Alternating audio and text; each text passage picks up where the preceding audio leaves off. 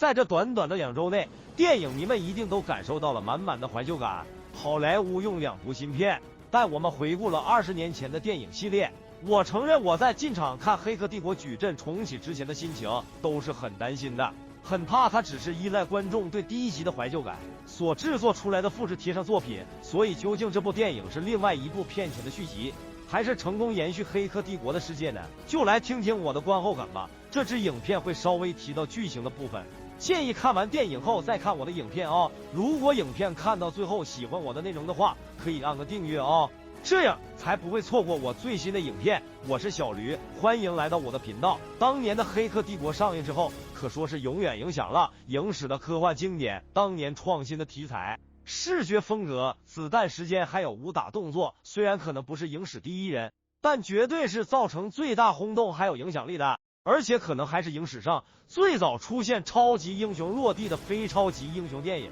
如果有人知道还有更早的话，欢迎在留言区留言告诉我。之后推出的2部续集《重装上阵》跟《最后战役》在当年的评价没有第1集来得好，但10年过去后，也渐渐有更多观众喜欢这2部续集了。所以当《黑客帝国》开拍第4集《矩阵重启》的消息出来后，除了不敢相信还能看到这个系列的续作，同时也感到非常担心。尤其是发布的预告跟第1集太过相像，还有这次第4集从原本3部曲的导演呢，变成只有姐姐拉娜·华卓斯基一个人担任编导，甚至还缺席了制片乔西弗跟原本的作曲师以及摄影师。真的很怕会不会跟以往不同，变成我们不再熟悉的《黑客帝国》。但在今天首映日看完之后，我可以很开心的告诉大家，不需要担心，《黑客帝国：矩阵重启》的确给了我们很多怀旧感。虽然这点导演用的呈现方式我没有特别喜欢，放入过多3部曲的旧片段，我是比较偏向用第4集新的画面让我们联想到过去的片段就好。电影的开头也看似是重新拍摄当年第1集的开场戏，不过我们很快就会发现，《黑客帝国：矩阵重启》并没有要老调重弹的意思，电影还是走出了自己的路，带给我们全新的概念，同时也延续了《黑客帝国》的世界观。虽然这条新路可能会对老粉丝来说过于偏离了3部曲的风格。首先最有趣的就是由基努·里维斯饰演回到新的母体的尼欧，他变成了一位电玩游戏设计师，而他在母体里设计的游戏就是《黑客帝国》3部曲。看着他跟他的制作团队们讨论电玩设计时非常有趣，好像打破第4道墙一样。导演透过电影批评现今推出的无聊续集作品的问题，还有制作公司对于创作者的施压。在这边可以看到《黑客帝国：矩阵重启》绝对是近期最具有自我意识的电影，同时也是整个系列中最具幽默感的。在观看的时候有一种感觉跟之前3部曲是同一个系列，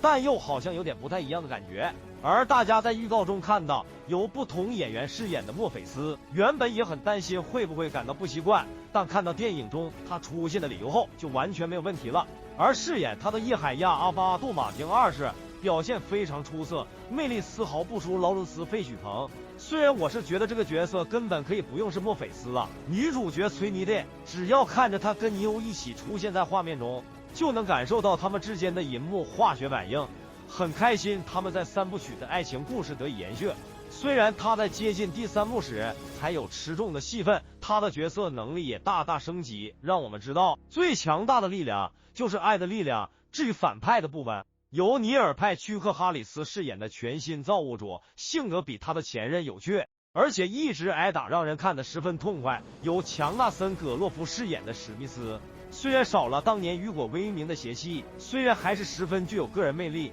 但就跟之前提到的墨菲斯一样，其实这个角色可以不用是史密斯。不过整部电影最抢眼的绝对是由杰西卡·汉维克饰演的新角色兔儿，不仅身手了得，还有为了做正确的事情不惜反抗长官的命令，这一点跟3部曲中的墨菲斯性格十分相像。稍微可惜的就是这部电影的动作场面，这次没有第2摄影组专门拍摄，是由导演拉纳·华卓斯基亲自指导电影中的动作场面，而他似乎很喜欢谍影重重的快速剪接跟摇晃镜头武打风格，跟《黑客帝国》3部曲中让我们清楚的看到角色们你一拳我一脚的过招场面差很多。尤其是第2集重装上阵中那场长达20分钟从尼欧一对多的打斗戏，再到与电脑人跟双胞胎杀手的高速公路追逐动作戏，其中的爽度还有节奏的掌握，至今还是很少电影能够超越。所以这次《黑客帝国》矩阵重启中的动作戏，